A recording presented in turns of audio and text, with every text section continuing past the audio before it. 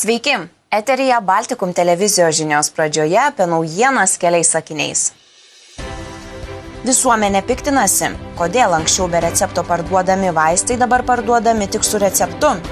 Gausus lietus apsunkino Priekuliškių gyvenimą, nepravažiuojami keliai, užlietas pėsčiųjų tiltas per Miniją. Už alkoholio vartojimą automobiliuose grės bauda.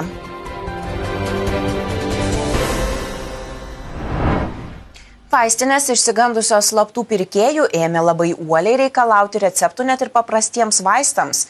Tai kelia įtampą ne tik farmacininkams, bet ir gydytojams bei gyventojams.